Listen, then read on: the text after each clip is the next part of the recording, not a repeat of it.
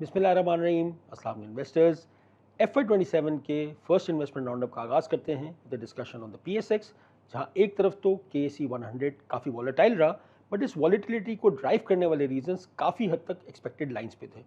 जैसा कि हमने अपने FY26 के फाइनल राउंड अप में और FY27 के ईयर अहेड मैगजीन में डिस्कस किया था, KSE 100 के near term fortunes tied up रहे with the developments of the Iran and US war, और उसमें भी वो डेवलपमेंट्स खास तौर पे जिनका इंटरनेशनल ऑयल प्राइसेस पे वन वे और द अदर इम्पैक्ट ज़्यादा आया। इसीलिए हमने देखा कि KSE 100 नॉर्मल से ज़्यादा वाइडर बैंड में ट्रेड हुआ और लो टू हाई का डिफरेंस तकरीबन कोई 10% का था। जहाँ पर हमने ये नियर टर्म सिक्लिकल फैक्टर्स की बात की थी, वहीं पर हमने कुछ स्ट्रक्चरल वेरिएबल्स भी डिस्कस किए थे, जिसमें एक था कि न्यू वर्ल्ड ऑर्डर में वो कंट्रीज जो रेयर अर्थ मिनरल्स या एनर्जी की प्राइसेस या सप्लाई को कंट्रोल कर सकती हैं, वो इसको as a selective bargaining and leverage tool के तौर पे इस्तेमाल करेंगी। स्ट्रेट ऑफ हॉर्मुज में ये थीम हम पिछले 5-6 महीने से देख रहे थे।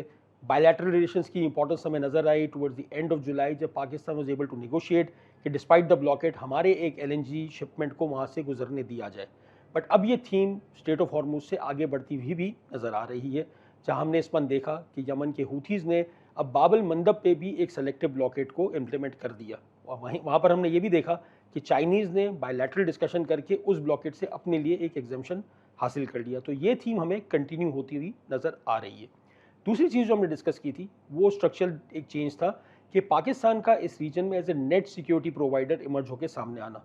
लास्ट ईयर पाकिस्तान ने एक बड़ा हाई प्रोफाइल एग्रीमेंट साइन किया था विद सऊदी अरेबिया, और इस मंथ रिपोर्ट हुआ कि कुवैत के साथ भी हमारे डिफेंस एग्रीमेंट के ऊपर मजीद डिस्कशन हो रही है, और कुछ न्यूज़ फ्लो के मुताबिक और कंट्रीज़ भी इस तरह के पैक्ट पाकिस्तान के साथ करना चाह रहे हैं।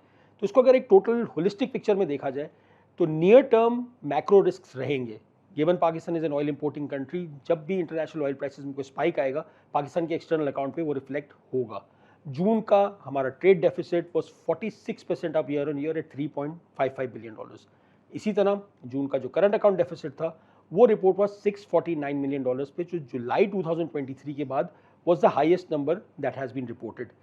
But on the flip side एक और रियलिटी ये है कि पाकिस्तान के जो नेट सिक्योरिटी प्रोवाइडर का स्टेटस है, इससे मार्केट की एक्सपेक्टेशन ये है कि हमें एक्सटर्नल अकाउंट पे एक डाउनसाइड प्रोटेक्शन या एक बैकस्टॉप मिल जाता है। इसका इंडिकेशन हमें नज़र आया इस बात में कि पाकिस्तान का जो सऊदी के साथ डिपॉजिट अरेंजमेंट है वो generally for a 1 year period extend होता था। लास्ट मंथ हमने देखा कि इसकी एक्सटेंशन इस बार एक साथ 3 साल के लिए कर दी गई। इसी तरह Pakistan is discussing with Saudi कि हमारी जो सऊदी ऑयल फैसिलिटी है उसके भी अमाउंट को बढ़ाया जाए और उसकी ड्यूरेशन को भी एक्सटेंड कर दिया जाए। और एक बड़ी अनप्रेसिडेंटेड न्यूज़ रिपोर्ट हुई कि पाकिस्तान ने US गवर्नमेंट से भी एक standby exchange stabilization line की बात की है, जिसका क्वांटम ऑलमोस्ट $10 बिलियन होगा।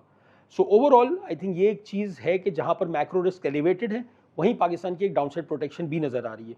और शायद यही चीज़ थी जो रिफ्लेक्ट हुई कि इतने वॉलेटाइल टाइम्स में एक oil importing country like Pakistan के लिए S&P ने क्रेडिट रेटिंग अपग्रेड अनाउंस किया। हमारी रेटिंग B- से अपग्रेड करके B कर दी गई। लास्ट टाइम हमारी ये रेटिंग 2016 से 2019 के टाइम पीरियड में हमने देखी थी। शायद यही कॉन्फिडेंस था जो स्टेट बैंक की मॉनेटरी पॉलिसी डिसीजन में भी नज़र आया। मॉनेटरी पॉलिसी कमेटी ने यूनानिमसली डिसाइड किया कि पाकिस्तान का पॉलिसी रेट जो है वो 11.5% पे मेंटेन किया जाए। So while we are in this over macroeconomic paradigm, one thing is likely कि मार्केट शॉर्ट टर्म में फिर भी वॉलेटाइल रहेगी because of these news flow factors. अब वॉलेटिलिटी में इन्वेस्टर्स दो तरह की स्ट्रैटेजीज लेते हैं। एक होता है कि ये पूरी वॉलेटिलिटी में कैश कर लूँगा, हर डिप पे बाई करूँगा, हर पीक पे सेल कर दूंगा। या दूसरा उसका अदर एक्सट्रीम होता है कि मैं इस पूरी वॉलेटिलिटी को सेट आउट कर देता हूँ। प्रॉब्लम यह है कि हिस्टोरिकल डेटा ये बताता है कि दोनों एक्सट्रीम शायद रिकमेंडेड नहीं है। शॉर्ट टर्म लक को अगर आप इग्नोर करें तो डेटा प्रूफ करता है कि timing the market does not yield superior results. दूसरा फैक्टर ये है कि अगर आप इसको सेट आउट करते हैं या वेट करते हैं तो मोस्ट लाइकली आपकी री एंट्री डिलेड होगी, क्योंकि आप वॉलेटिलिटी के ख़त्म होने के डेफिनेटिव इंडिकेटर्स का इंतजार करते रहेंगे जो शायद मार्केट में उस तरह से प्ले आउट नहीं होते। So what is the right way to play this kind of markets? We recommend कि इसमें आपकी इन्वेस्टमेंट स्ट्रैटेजी बहुत क्लियर होनी चाहिए, आपका रिस्क डिफाइंड होना चाहिए, और मोस्ट इंपॉर्टेंटली आपका डिसिप्लिन एक्टिवेटेड होना चाहिए। आप अपने रिस्क प्रोफाइल को देखते हुए जो भी स्ट्रैटेजी बनाते हैं उसको कंटिन्यूसली इवैल्यूएट करते रहेंगे, कहीं उसमें चेंज की ज़रूरत तो नहीं है। But at the same time आपको इस बात को भी इंश्योर करना है कि आप ट्रिगर हैप्पी ना हो जाए। आप उसी वक्त इसमें कोई चेंज करें जब आपको कोई डेफिनेटिव साइन नज़र आता है कि अंडरलाइंग कंडीशंस में कोई चेंज आ गया है।